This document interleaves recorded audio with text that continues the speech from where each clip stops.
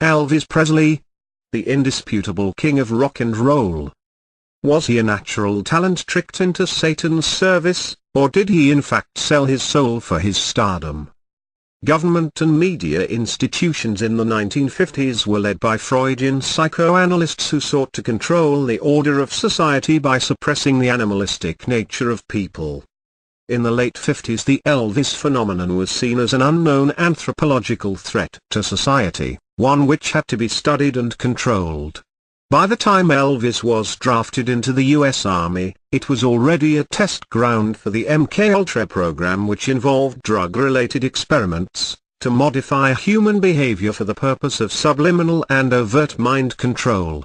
Central Intelligence Agency documents suggest that chemical, biological and radiological means were investigated for the purpose of mind control as part of MKUltra. Was Elvis the biological agent in that compound? A secret memorandum granted the MKUltra director up to 6% of the CIA research budget in fiscal year 1953, without oversight or accounting. An estimated $10 million in US dollar, adjusted for inflation, that means roughly $87.5 million or more, was spent in today's numbers. Several secret U.S. government programs grew out of Operation Paperclip. Included are Project Chatter, established 1947, and Project Bluebird, established 1950, which was renamed Project Artichoke in 1951. Their purpose was to study behavior modification and related topics. MKUltra operated secretly between 51 and 75 but was exposed to the public in the early summer of 1977. The project involved Hermetic societies who used resources of the Kabbalah, combined with Freud's psychoanalysis, to perform experiments in the field of mind control, group consciousness, and bicameralism. Bicameralism hypothesizes a link to the behavior of humans and social insects like ants. It suggests that the experience and desire of one person can influence the behavior of a whole society.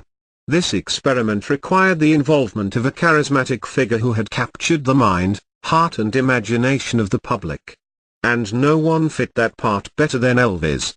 Apparently most of his favorite books covered these very subjects: reincarnation, mind control, Gnostic Christianity, etc. Power is nothing without control. This is why individuals in the inner circle of the corpus hermeticum are subjected to a process known as split brain programming, which enables the organization to manipulate the victim's memory and subliminal desire. The split brain programming disassociates the left part of the brain from the right, in order to allow the right spiritual side to function on its own.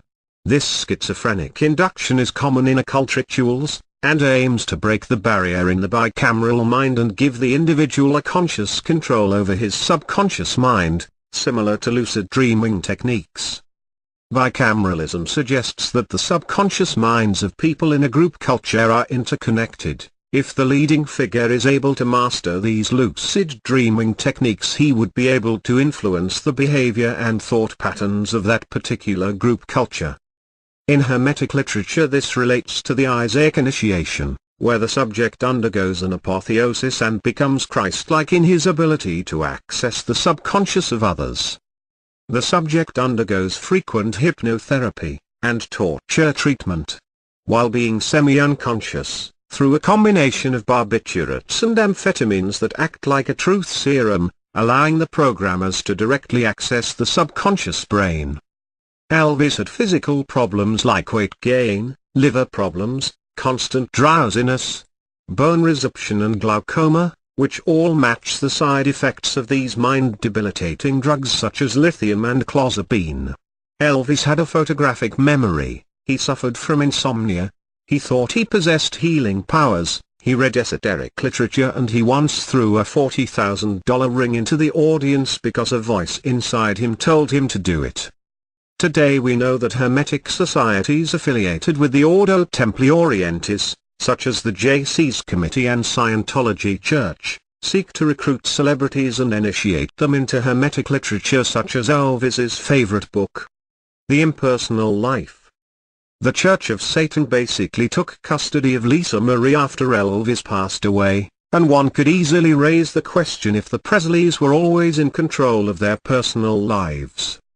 The Junior Chamber story begins in 1915 in St. Louis when a banker named Henry Giessenbier held a meeting attended by 32 young men to set up an organization called the Young Men's Progressive Civic Association. The organization stated its dedication to bringing about civic improvements and giving young people a constructive approach to civic problems. In August 1916, note, Elvis died on August 16. The organization's name was changed to Junior Citizens, with members being referred to as JCs, which later became spelled out JAYCEES. The JCs became the St. Louis Junior Chamber of Commerce in 1920. Between 1920 and 1944 the JC movement crossed international borders with chambers being set up in countries around the world. In Britain, Lincoln Chamber was formed in 1925, thought to be the first actual junior chamber outside the United States. The Birmingham Chamber was formed in 1927, followed the same year by Sheffield and then by Nottingham in early 1928. Junior Chamber International, as we know it now, was born in Mexico in 1944 and the first World Conference was held in Panama City in 1946. While they certainly are not ones to boast of their past accomplishments, or dwell on their history, origin, or anything else other than they say they have good intentions and they've spread like a cancer, they do boast that they have spanned their influence around the world with only 200,000 members worldwide. The design of Elvis's jewelry and jumpsuits shows that he was a proud member of the Rosicrucian Fellowship. This image is a reflection of King Arthur and his Knights of the Round Table, set round as sentinels of the Holy Grail. The badge is a heraldic symbol for the knights, and a substitution for the sword. The Round Table was designed for 12 knights and Arthur, 12 plus 1, Christ and his 12 disciples, or the sun and 12 signs of the zodiac. Elvis is sitting on the Siege Perilous, which is reserved for the best knight, Sir Galahad. The pure white rose they wear is symbolical of the heart of the invisible helper, the red roses stand for his cleansed blood. The white cross brings to mind his body, and the golden star represents the golden wedding garment which is made by pure living.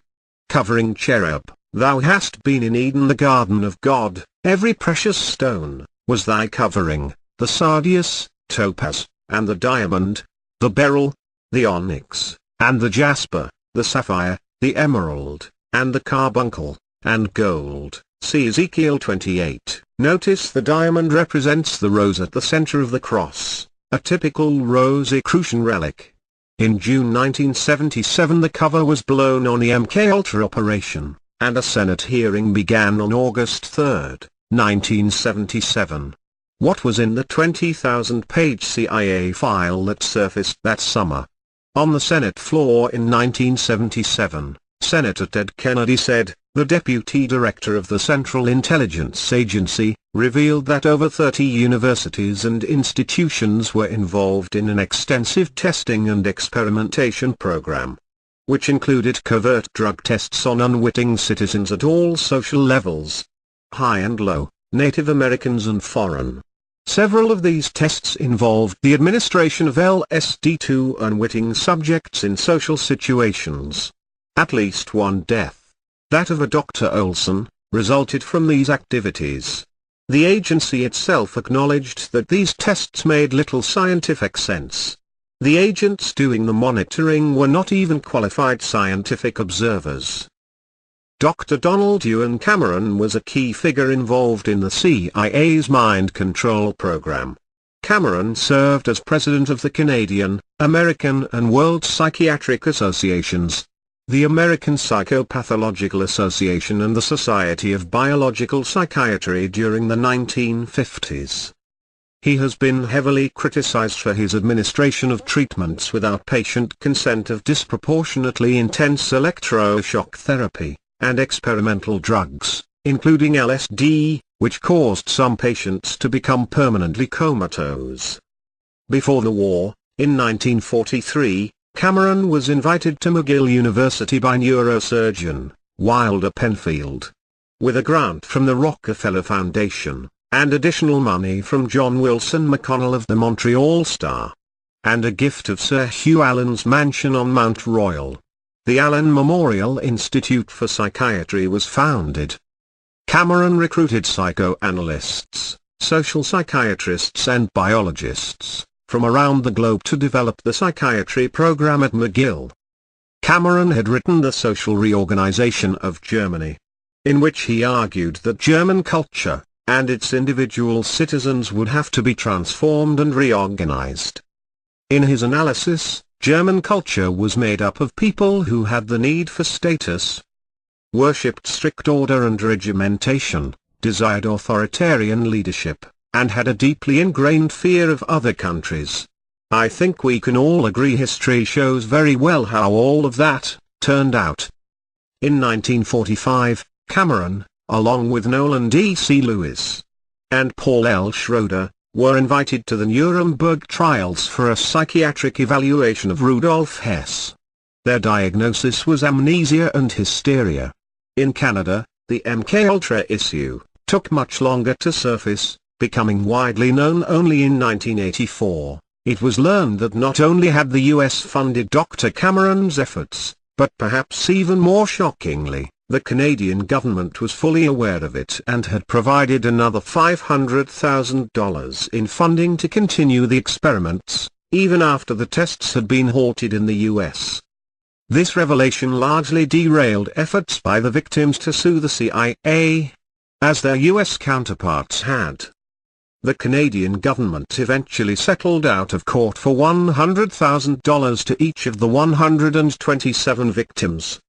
None of Dr. Cameron's personal records of his involvement with MKUltra survive, since allegedly, his family destroyed his files after his death from a heart attack while mountain climbing in 1967.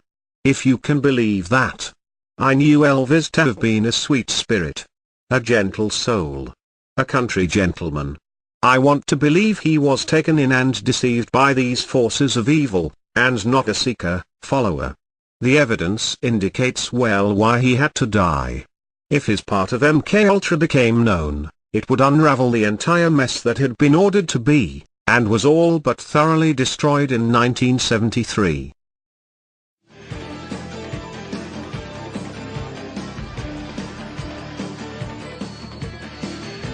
This has been a Pissed Off American production.